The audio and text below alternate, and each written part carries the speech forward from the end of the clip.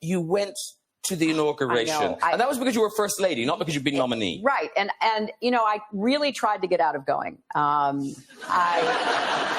Because I was going, not as the candidate or the opponent, but as a former first lady, because the tradition is presidents and former first ladies all show up, regardless of Republican or Democrat, to show support, continuity of our government. So, we thought, okay, maybe others aren't going. So, we called...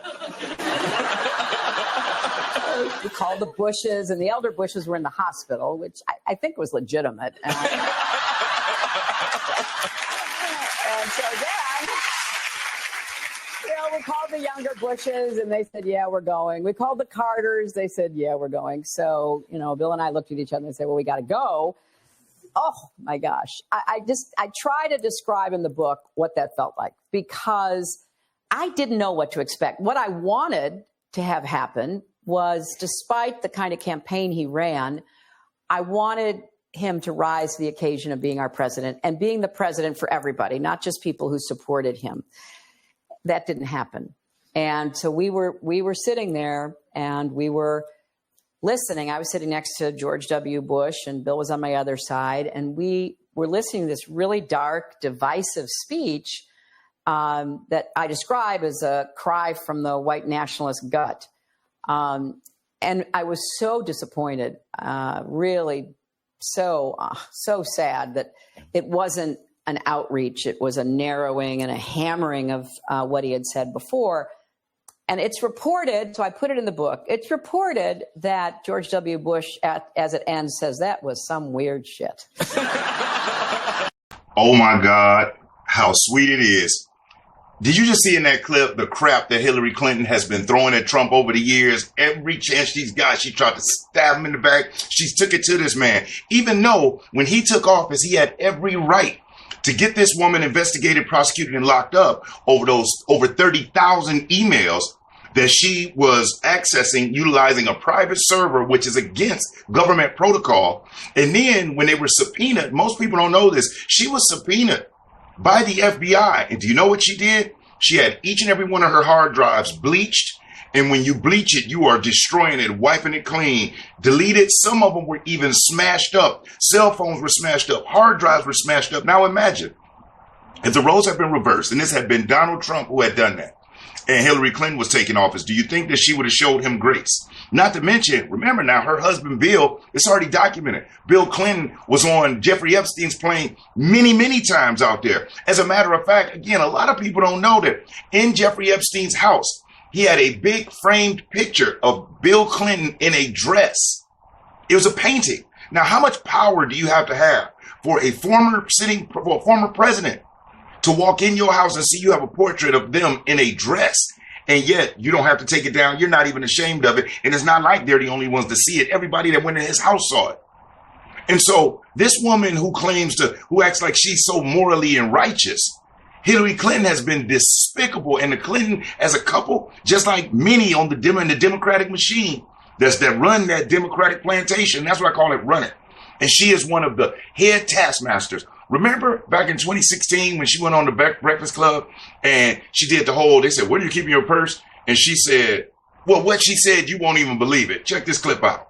What's something that you always carry with you? Hot sauce. Really? Yeah. Really? Are you getting information right now? Hot sauce.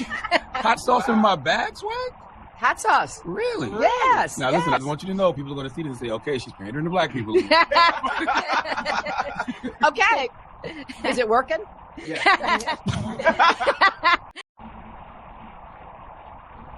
And so now, not only did Donald Trump beat her in 2016, she tried to help spearhead him being defeated this time. They called in Hillary Clinton to help Kamala Harris on her campaign. And I never understood that. How do you bring someone who lost in to help somebody else win when they've never won? And we saw how that went. Trump is more popular, more powerful, has more support than ever before. They tried to take the man's life. And if she had it her way, it may have been gone. But check out how she got her just due. I'll give her credit. Her and Bill did show up to the inauguration. They didn't blow it all. But you heard her perspective that the only reason they went because the rest of the crowd went. The Democrat elite went, and they just didn't want to look bad. It was all for show. It wasn't because she really wanted to be there. But here she is again. And let's see how the MAGA crowd treated former Secretary of State Hillary Clinton. Watch this clip. Capital One Arena, we saw a shot of former New York City Mayor Rudy Giuliani.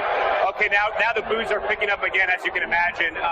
You have former Secretary of State Hillary Clinton and obviously former President Bill Clinton as well. The crowd here is getting a little more raucous as it's filling out, about 20,000 inside of the Capital One Arena. It was pretty peaceful and friendly. It now seems to be getting a little more fired up and amped up. The boos are growing loud. I would say the booing now probably louder than it was for Vice President Mike Pence. So it's turning somewhat into I don't know if it's a sporting event. Now there you have it.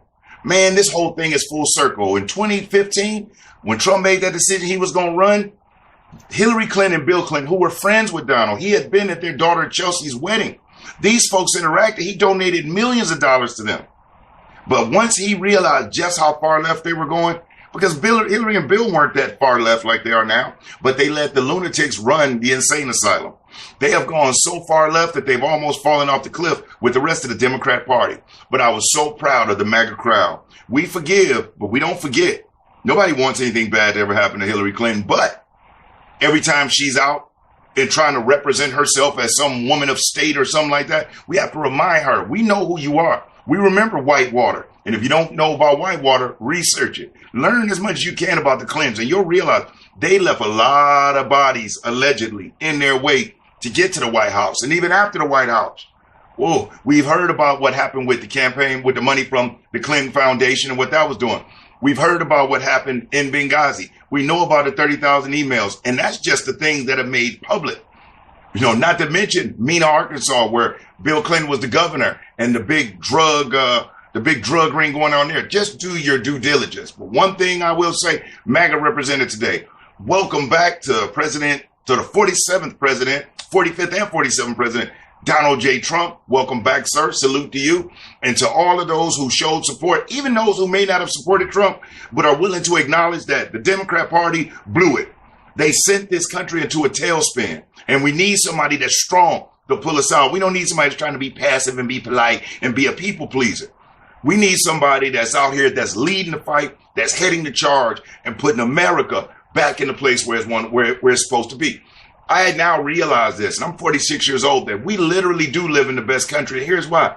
Certain freedoms and liberties, when the fact that people can step up and protest that they don't like their government and how much it sucks in America, they don't even realize that in other countries, they would be unalived for doing that. When transgenders and LGBTQ community can get up and spew hateful things about the president of the United States, not realizing in those other countries, let's use like Palestine, for example, no transgender or LGBT person, BGTQIA person can be out on the corner, be out in public in Palestine, representing anything without fear of losing their life. But yet these people will stand up and talk crap and throw stones on about America, wear other countries' flags while they're sitting in the House of Congress. But we live in the most free, best country in the world. How do I know it? The fact that so many people hate and throw BS from all over the place and nobody's in prison. Nobody has been unalive for it. You're still walking around getting a chance to spew. And that's what makes us Americans. You might not like what somebody else has to say, but respect their God-given right to say it. And as long as we can respect the fact that we all have the right to say what we want to say, think what we want to think, feel what we want to feel, love who we want to love. But we don't have the right to try to infringe it and force it upon other people. But I'm not even going to go down that rabbit hole. I just want to jump on here and show how the MAGA crowd represented. Hillary Clinton was booed on a global stage as we turn the page and we lead this country into the golden age. I did not mean for that to rhyme. It just happened. But if you like this video, hit that like button for me. Like this video, hit the like button. My bad. But I'll never ask you for a cash app. I'll never ask for a super chat. But when you hit that like button, that is currency. And I thank you for that because it helps the video get shared. And on this channel, I share sales strategy and political and current events. And if you like the information and you're not subscribed, hit the subscribe to the channel, hit the notification bell, and select all. So you'll be notified when I upload new videos. And other than that, I'm Brian Maxwell saying, welcome back again, Donald Trump. I'm so happy. And I look forward to seeing you at the top. Let's help make America great again. Peace.